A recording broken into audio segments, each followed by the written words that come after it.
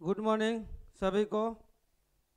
मैं मनोज राणा मिशन मंजिल की तरफ से आप सभी को जोहार। आज फिर जो सेट चल रहा था उसी कारवां को आगे बढ़ाते हुए आज फिर एक नया सेट की ओर देखेंगे। जो 11th कॉमर्स के बच्चे हैं, 11th कॉमर्स के बच्चे हैं, इसके लिए एकदम उपयोगी होने वाला है। जो आने वाला एग्जाम है उसके लिए कारगर साबित होगा। जो बच्चे हैं 11th कॉमर्स में एग्जाम देने वाले, उसके लिए अकाउंट्स बीएसटी का सेट जो है आपको ऑलरेडी यूट्यूब पे मिलेगा। आप जाएं, मिशन मंजिल के नाम से यूट्यूब ऐप में खोलें और एक करके अकाउंट्स और बीएसटी और अन्य सब्जेक्ट का है ना, अन्य सब्जेक्ट का सेट को देखें। जो एग्जाम में आने वाले उसी के तहत क्वेश्चन रहता है, उसी के तहत सेट को हम लोग बना रहे हैं। तो चलिए, कहता है पहला क्वेश्चन है बिजनेस इज व्यवसाय है। बिजनेस इज व्यवसाय है, क्या है? आर्ट है, साइंस है, भौत, इनमें से कोई नहीं। तो आर्ट और साइंस है ना। जो बिजनेस में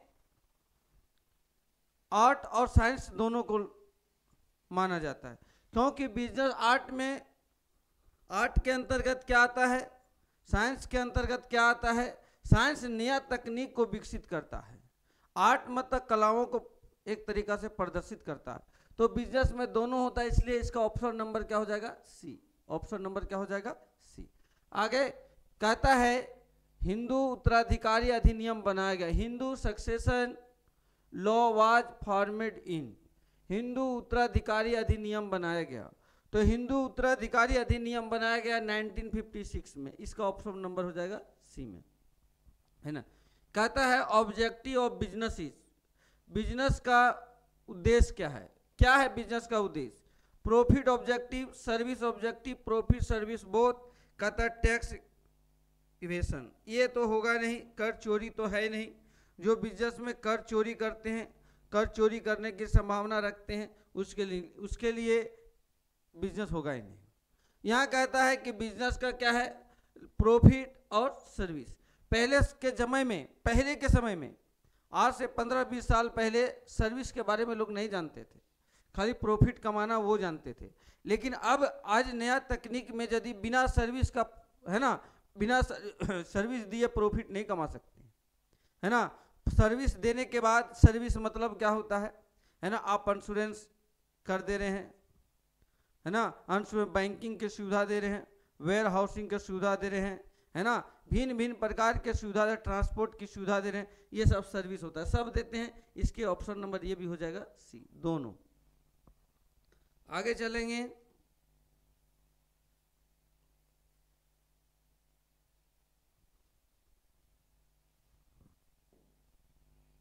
कहता है कंपनी की पूंजी विभिन्न संख्याओं में विभक्त होती है, प्रत्येक the capital of a company divided into number of parts, each one of which are called. जो कंपनी की पूंजी विभिन्न संख्याओं में विभक्त होती है, कंपनी का पूंजी है, ये मान लिया जाए इस कंपनी है, एक कंपनी है, इस कंपनी का पूंजी जितना भी लगा हुआ, मान लो कंपनी में पूंजी 5 लाख लगा हुआ, 5 लाख को छोटे छोटे भागों में बांट दिया, मान ले 10 भागों में बांट दिया। तो 10 भागों में बांट दिया, तो 10 भागों में बांट दिया, तो एक भाग को जो हम लोग बोलते हैं 10 भाग, इसको बोलते हैं शेयर। क्या बोलते हैं? शेयर। शेयर को खरीदने वाला उस शेयर होल्डर होता है। शेयर को खरीदने वाला क्या होता है? Share holder. तो कंपनी के पूंजी को विभिन्न भागों में बांट देते हैं, उसको हम लोग क्या बोलते हैं? शेयर बोलते हैं। तो इसका ऑप्शन नंबर हो जाएगा डी। ऑप्शन नंबर क्या हो जाएगा? डी।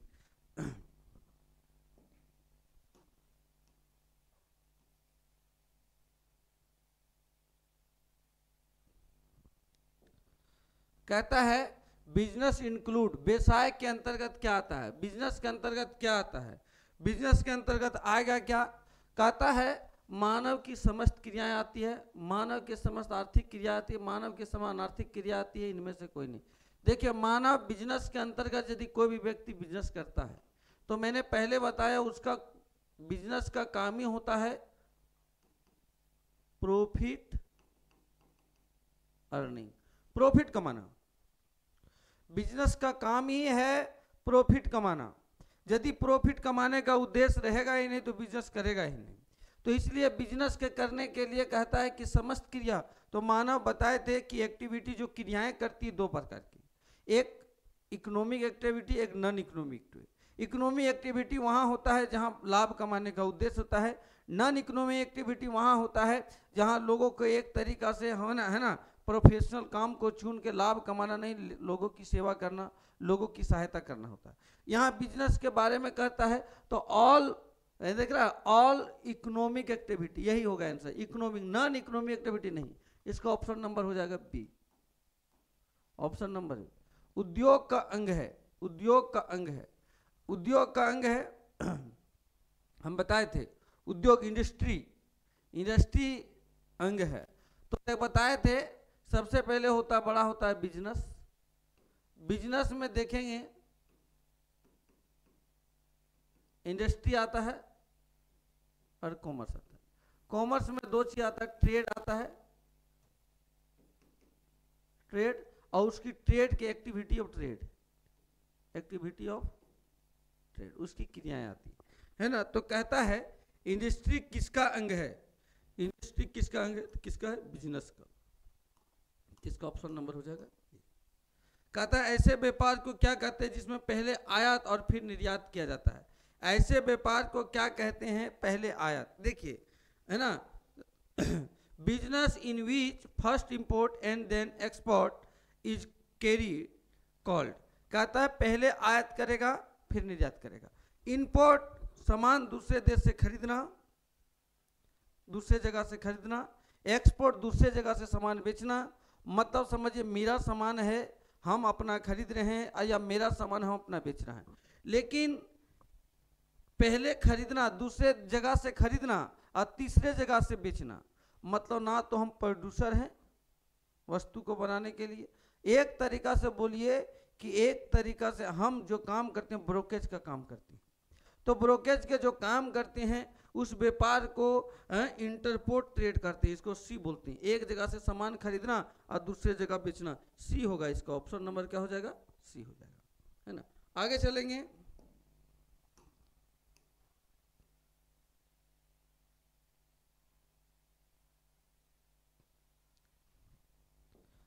कहता मौसम के भांति व्यवसाय भी हमारे साथ रहता है, या कथन किससे संबंधित।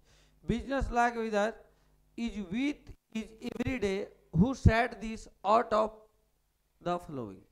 कहता मौसम के भांति व्यवसाय हमारे साथ रहता है, मौसम के भांति व्यवसाय हमारे साथ रहता है, तो व्हीलर साहब ने बोले थे जिस प्रकार मौसम के भांति व्यवसाय हमारे साथ रहता है। ऐसे उद्योग को क्या कहते हैं जो दूसरे उद्योग को समर्थन सेवा सुलभ कराते हैं।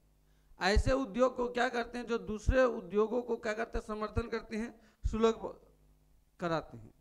मतलब समझिए ऐसे उद्योग को क्या बोलते हैं जो दूसरे उद्योग को समर्थन और सेवा सुलभ बनाते हैं, है ना। तो दूसरे उद्योग को सुलभ बनाते हैं, तो एक तरीका से समझिए, है ना। प्राइमरी उद्योग कहता है, सेकेंडरी उद्योग, कमर्शियल इंडस्ट्री, थर्डरी उद्योग। दूसरे उद्योग को जो सुलभ बनाता है वो एक तरीका से प्राइमरी उद्योग होता है, जो पहले किया जाता फिर सेकेंड में भेजा दूसरे को। इसका ऑप्शन नंबर हो जाएगा।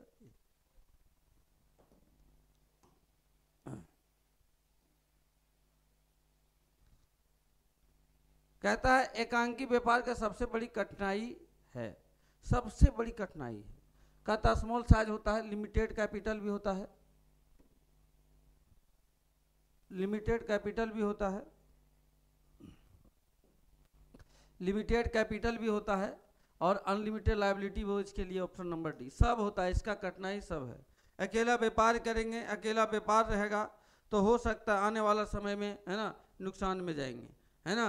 निम्न में से कौन सा संगठन पर कोई विशेष अधिनियम लागू नहीं। Which of the following is not government by a specific act. नहीं लगता है, सहकारी समिति में लगाना पड़ेगा, कंपनी लगाना पड़ेगा, पार्टनरशिप पे, हैं 1932 पार्टनरशिप, लेकिन एकल बिजनेस में कोई एक्ट नहीं लगता है। अकेला व्यापार करेंगे तो एक्ट लगाने की कोई आवश्यकता नहीं होती है। इसका ऑप्शन नंबर हो जाएगा।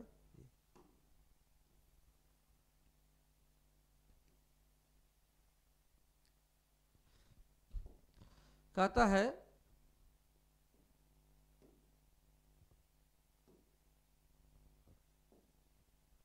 है एकांकी व्यापार का स्कोप इज अ सोल्ट्री। एकांकी व्यापार का क्षेत्र अकेला व्यापार है ना, अकेला व्यापार है। तो एक तरीका एकांकी व्यापार का जो क्षेत्र होता है, अकेला व्यापार, बिजनेस के बारे में यदि हम लोग बहुत बढ़िया से देखते हैं, बिजनेस के बारे में बहुत बढ़िया को देखते हैं, तो बिजनेस करने के लिए भिन्न भिन्न तरीका है। एकांकी व्यापार जिसको सोल पार्टनर बोलते हैं, पार्टनरशिप बोलते हैं, है ना, कोई ज्वाइंट हिंदू फैमिली बिजनेस बोलते हैं, है ना। उसके बाद हम लोग कोऑपरेटिव सोसाइटी बोलते हैं, कोऑपरेटिव। उसके बाद कंपनी आता है। तो ये अकेला व्यापार होता है। अकेला व्यापार करेगा, अकेला पूंजी लगाएगा, अकेले व्यापार को मैनेजमेंट करेगा। मतलब इसके छोटे छोटे व्यापार आते हैं। स्मॉल इंडस्ट्री को व्यापार मतलब उद्योग को बोलिए, छोटे छोटे व्यापार घर गांव कस्बे में भेजते हैं। तो इसका जो होता है ये सीमित होता है। इसका ऑप्शन नंबर ए। संयुक्त हिंदू परिवार संचालित होता है, संयुक्त हिंदू परिवार संचालित होता है। संयुक्त हिंदू परिवार जो संचालित होगा वो हिंदू अधिनियम से होगा। अरे हिंदू परिवार है तो हिंदू अधिनियम से ही होगा। इसका ऑप्शन नंबर ए हो जाएगा। आगे चलेंगे। कंपनी कृत्रिम व्यक्ति कहलाती क्योंकि company is called an artificial person because it does not have the shape of the natural person. यह प्राकृतिक व्यक्ति के रूप में नहीं होती है। ये अदृश्य तथा अमूर्त संपत्ति है। इसका अस्तित्व केवल कानूनी दृष्टि से ही है, पृथक वैधानिक अस्तित्व है। कहता कंपनी कृत्रिम व्यक्ति है। 14 नंबर क्वेश्चन में कहता है कृत्रिम व्यक्ति है, इसका अस्तित्व केवल कानूनी दृष्टि में ही है। मतलब एक तरीका से देखेंगे तो ये कंपनी है, स्थापित किया जाता है कानून के द्वारा। ये कानून की दृष्टि से ही कंपनी कहलाता है ना। आप यदि कानून के नज़र में ही, तो इसका यही होगा कि इसका अस्तित्व केवल कानून दृष्टि से है।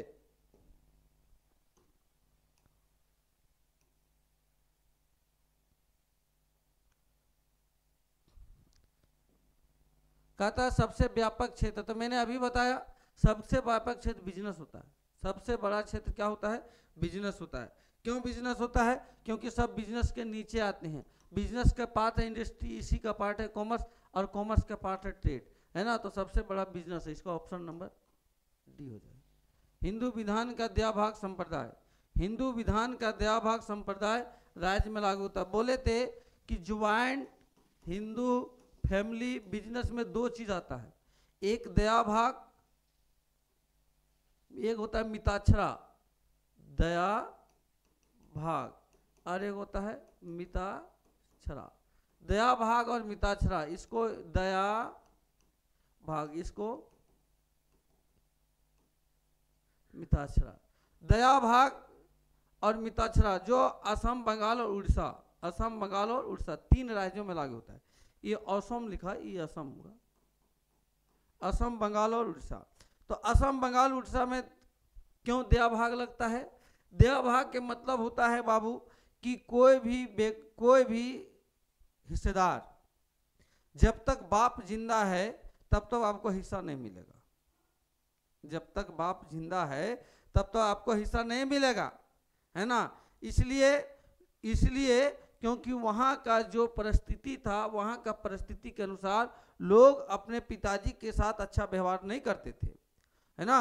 अच्छा व्यवहार ना करने के चक्कर में वहाँ की सरकार ने ये नियम दया भाग लगा दिया कि भाई कि उस समय क्या होता था कि पिताजी जिंदा है, बंटवारा कर लेंगे, बाप को छोड़ देंगे, क्या खाएगा नहीं खाएगा, इससे दिक्कत हो जाता था, परेशानियों के सामना। इसलिए दया भाग कानून आ गया कि जब तक बाप जिंदा तब तक हिस्सा मिलेगा नहीं, है ना। जब हिस्सा मिलेगा नहीं तब तक बेटा अपने बाप को सेवा करेगा। मुख्य कारण यही था दया भाग लगाने का।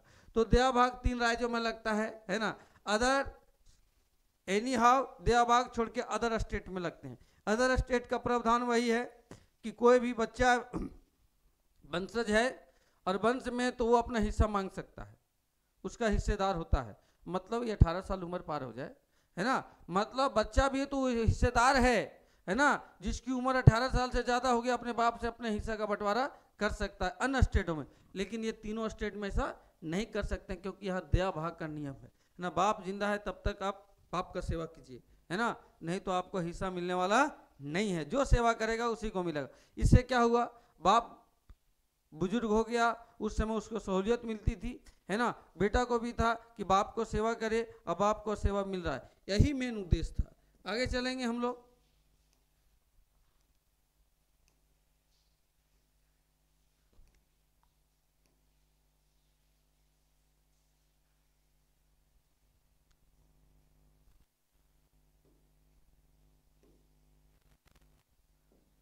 कहता है समान व्यवसाय में, समान व्यवसाय में, समान व्यवसाय के लिए फर्म में सदा अधिकतम संख्या, the maximum number of partner in ये फर्म फॉर ये जनरल बिजनेस, मतलब जनरल बिजनेस में, जनरल बिजनेस में साझेदारों की मैक्सिमम।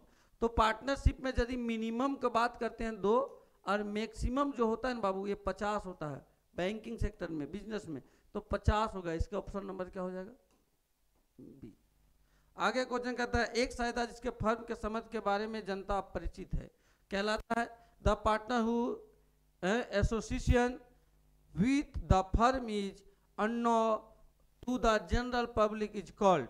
मतलब एक ऐसा साझेदार फर्म के बारे में कोई जानता नहीं है, फर्म के बारे में किसी को पता नहीं है, है ना, तो फर्म के बारे में पता नहीं है मतलब वो पार्टनर तो है, पार्टनर तो है लेकिन पार्टनर के बारे में किसी को पता नहीं है ना, उसको बोलते हैं हम लोग स्लीपिंग पार्टनर। इसका ऑप्शन नंबर हो जाएगा 18 का बी, है ना, एक तरीका से छिपा हुआ पार्टनर है, 18 नंबर है ना, तो सुपुत स्लीपिंग नहीं, इसका हो जाएगा गुप्त पार्टनर, सीक्रेट पार्टनर है, ये गुप्त रखा हुआ है, डी होगा इसका ऑप्शन डी।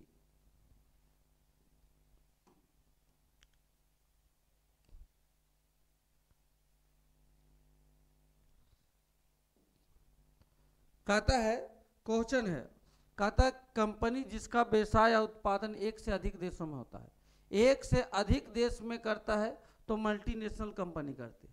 ए उत्पादन एक से अधिक देशों में करता है मल्टीनेशनल। सहकारी संगठन में सदस्यों की न्यूनतम संख्या कितना होती है?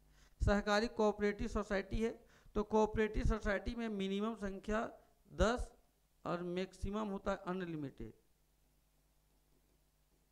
अनलिमिटेड, अनलिमिटेड असीमित, तो इसका मैक्सिमम हो जाएगा सी। 20 का क्या हो जाएगा? सी। 20 नंबर का क्या हो जाएगा? सी नंबर हो जाएगा। आगे चलेंगे।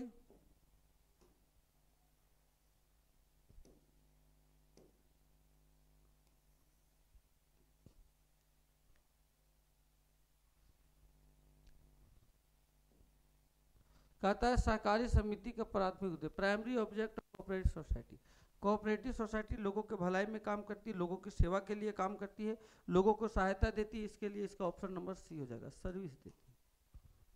क्या देती है? सर्विस देती है। आगे चलें, सहकारी समिति का पंजीयन कराना, है ना, पंजीयन कराना सहकारी समिति का कंपलसरी है, इसका ऑप्शन नंबर बी हो, ऑप्शन नंबर क्या हो जाएगा? बी हो जाएगा। आगे चलेंगे।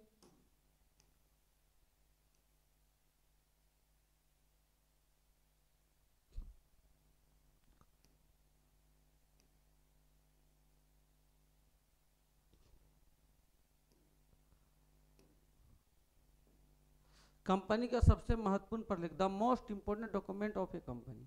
तो कंपनी में 3 डॉक्यूमेंट बनाए जाते हैं, कंपनी में 3, यहाँ बोलता है सबसे महत्वपूर्ण, कहता है मोस्ट इंपोर्टेंट, तो कंपनी के मोस्ट इंपोर्टेंट मेमोरेंडम एसोसिएशन, इसको भी कंपनी का डॉक्यूमेंट तीनों आर्टिकल प्रोस्पेक्टस मेमोरेंडम, लेकिन मेन है इसका बी। एक का है सरकारी कंपनी और जिसके अंतर्गत सरकार की चुकता पूंजी कम से कम नहीं होनी चाहिए। एक सरकारी कंपनी वह है जिसके अंदर सरकार की चुकता पूंजी इससे कम नहीं होनी चाहिए। मतलब सरकारी कंपनी कब कहलाएगा? जिससे कम, आधा से अधिक, आधा से अधिक कोई भी कंपनी, मान लिया ये कंपनी है एगो, एक यहाँ बी कंपनी है, ये कंपनी है, एक बी कंपनी यहाँ है ना, अब यहाँ गवर्नमेंट है, यहाँ क्या है? गवर्नमेंट। यदि कोई भी कंपनी का आधा से अधिक मतलब 50% एवं 51% तक इस कंपनी का, है ना, अधिकार यदि सरकार के पास आ जाता है, सरकार इसका मालिक हो जाता है, तो सरकारी हो जाता है, इसलिए इसका ऑप्शन नंबर क्या हो जाएगा? बी हो जाएगा। क्या हो जाएगा? बी हो जाएगा। कहता है व्यवसायिक जोखिम का कारण है, व्यवसायिक जोखिम का क्या? कॉजेस ऑफ बिजनेस रिस्क, तो मानवीय कारण, हाँ, मानव के द्वारा चोरी कर देना, है ना। मानवीय भौतिक कारण, फिजिकल प्रकृति कारण, इसका मतलब डी, सब एक कारण है। व्यवसाय को सब तरीका से जोखिम हो सकता है ना। आगे चलेंगे।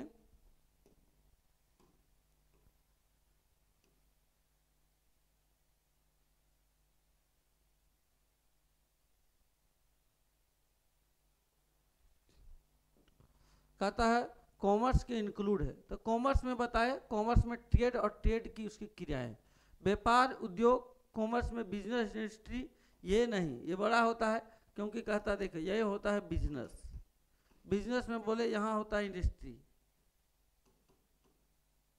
इंडस्ट्री यहाँ होता है ट्रेड और aids of trade, aids to trade, aids to trade. तो ट्रेड और एड्स टू ट्रेड मतलब उसकी क्रियाएं, तो एड्स टू ट्रेड और ट्रेड एड्स टू ट्रेड, ये इसका सी 26 का हो जाएगा। एक संयुक्त पूंजी के संचालक मंडल का चयन, संयुक्त पूंजी में संचालक मंडल का चयन, संयुक्त पूंजी है, संयुक्त पूंजी में संचालक मंडल का चयन किसके द्वारा किया जाता है। तो देखिए संचालक मंडल ये जनता तो करेगी, उससे मतलब नहीं, कर्मचारी करेगा नहीं, तो क्या करेगा, अंशधारी। संयुक्त पूंजी में कंपनी में चलाने के लिए जो बोर्ड ऑफ डायरेक्टर होगा उसका चयन अंशधारी द्वारा किया जाएगा जो शेयर लगाया है ना।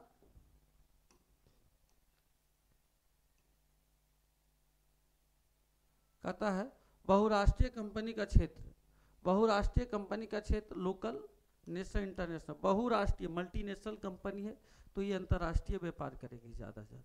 सी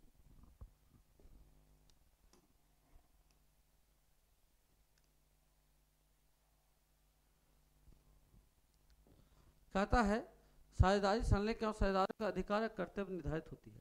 साझेदारी संलेख नहीं किए हैं, साझेदारी संलेख नहीं किए हैं।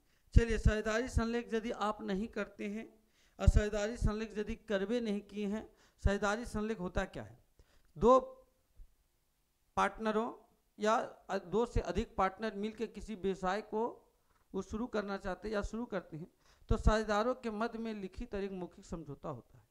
उस समझौते को ही साझेदारी संलेख कहते हैं, क्योंकि उसी समझौते में है ना सभी पार्टनरों की सहमति से क्या बंटवारा होगा, किस पार्टनर कितना पूंजी होगा, बंटवारा का तरीका क्या होगा, सारा चीज टर्म ऑफ 18 है, वो 18 चीज़ों को लिखा जाता है ना। तो वो 18 चीज़ों और वो सब किया नहीं, जब नहीं किया तो भारत सरकार द्वारा पार्टनरशिप एक्ट 1932 32 के अनुसार जो साझेदारी अधिनियम के अनुसार बंटवारा करेगा, है ना। यदि आपस में विवाद हो जाता है संलेख करे तो इसी के अनुकूल चलेगा। भारत में व्यापार के वैश्वीकरण का प्रभाव हुआ, भारत में उत्पादन के आकार में वृद्धि, अंतर्राष्ट्रीय व्यापार में वृद्धि, प्रत्यक्ष विदेशी विनिमय सब हुआ, सब हुआ। इसका ऑप्शन नंबर हो जाएगा डी। 30 का क्या हो जाएगा, डी हो जाएगा। आगे चलेंगे।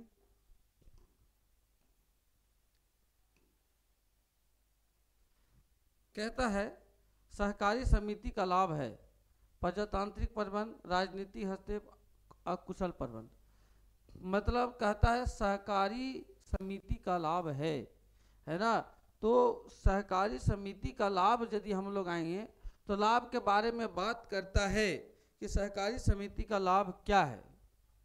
कोऑपरेटिव सोसाइटी का इसका प्रजातांत्रिक प्रबंध, राजनीतिक हस्तक्षेप, अकुशल प्रबंध, है ना, इनमें से कोई नहीं। लाभ बोलता है तो कुशल प्रबंध होना चाहिए, इसके मतलब ये कटा तो ये भी कटा। प्रजातांत्रिक प्रबंध और राजनीतिक हस्तक्षेप नहीं, ये इसका प्रजातांत्रिक, सभी गुट मिल के इसका मैनेजमेंट करते हैं।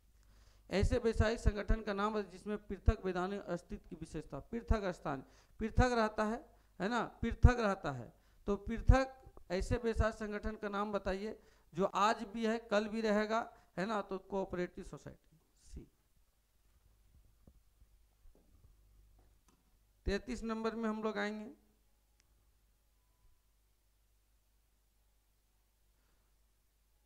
कहता है कर्मचारी के बेईमानी किस तरह का व्यवसायिक जोखिम है।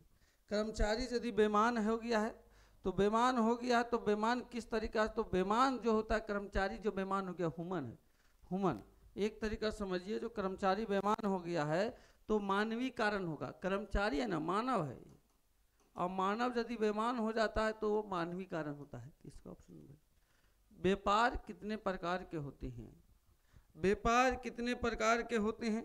तो व्यापार को प्रकार यदि तो बोला जाए ट्रेड, इंटरनल ट्रेड और एक्सटर्नल ट्रेड। व्यापार जो होता है दो प्रकार के होता है। व्यापार कितने प्रकार के होता है? इंटरनल ट्रेड और एक्सटर्नल, ये होगा उसका। आगे चलेंगे, कहता एकांकी व्यापार की विशेषता नहीं है, अनलिमिटेड लायबिलिटी है।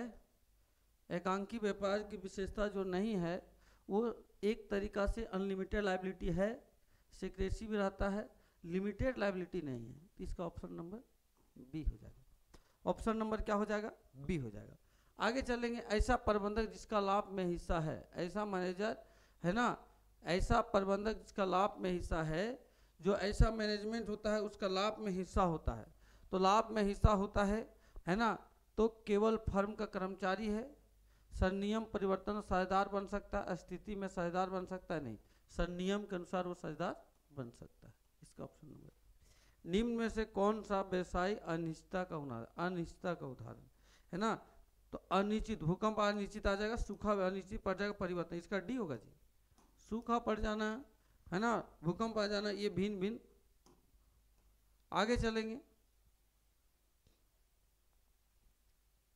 कहता बहुराष्ट्रीय कंपनी नहीं है। इसमें से कौन सा जो है बहुराष्ट्रीय कंपनी नहीं है? बहुराष्ट्रीय कंपनी नहीं है तो देखेंगे ब्रूक बॉन्ड, निरमा, पेप्सोडेंट, ये सभी देखेंगे ना तो सभी ये इंडियन कंपनी है ही नहीं, बहुराष्ट्रीय कंपनी नहीं है। मतलब कहता है कि ये भारत के कंपनी है, तो बहुराष्ट्रीय पेप्सोडेंट भारत में ही बनता है, ये सभी भारतीय कंपनी है। इसका ऑप्शन नंबर हो जाएगा डी, सब भारतीय कंपनी। संयुक्त हिंदू परिवार व्यवसाय का मुखिया, संयुक्त हिंदू परिवार व्यवसाय का मुखिया को कर्ता माना जाता है, इसको सी मानेंगे। क्या माना जाता है? कर्ता माना, ये भी आई एक आता है सी। पूर्वाधिकार अंशधारियों को साधारणतः मत देने का अधिकार नहीं होता है, सीमित मत देने का अधिकार, पूर्ण मत नहीं, मत देने का अधिकार होता ही नहीं, क्योंकि ये बिजनेस का पार्टनर होता ही नहीं। इसका ऑप्शन नंबर हो जाएगा ये। तो बच्चों एक सेट हम लोग देखे, पूरा एक सेट बनाए, सेट के अंतर्गत क्या था वो आपको मिला है ना, और आप बहुत बेहतरीन तरीका से इसको देखें। तो रोज प्रत्येक एक सेट आपको यूट्यूब में मिल रहा है, यूट्यूब देखें, सेट को देखें। अभी एग्जाम होने वाली है, एकदम लास्ट, मतलब एक तरीका समझिए कि मार्च में एग्जाम है, तो मार्च में एग्जाम, उसके लिए प्रिपरेशन के लिए रिवीजन हो रहा है। तो अब एक बार है ना मिशन मंजिल की ऐप में जाके है ना, ऐप में जाके डाउनलोड करें। जो 12th का क्लास करना चाहते हैं, मिशन मंजिल ऐप में आपको एकदम मिनिमम फी में करवाया जा रहा है।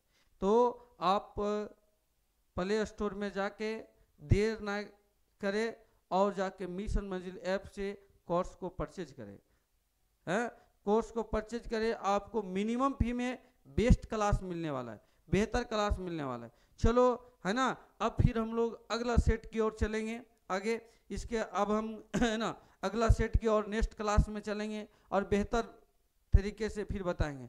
तो आप लोग को बार बार कह रहे हैं कि यदि आपको क्लास करनी है ना, तो मिशन मंजिल का जो ऐप प्ले स्टोर में है उसको डाउनलोड करें और मिनिमम फी में कोर्स को परचेज करें, है ना।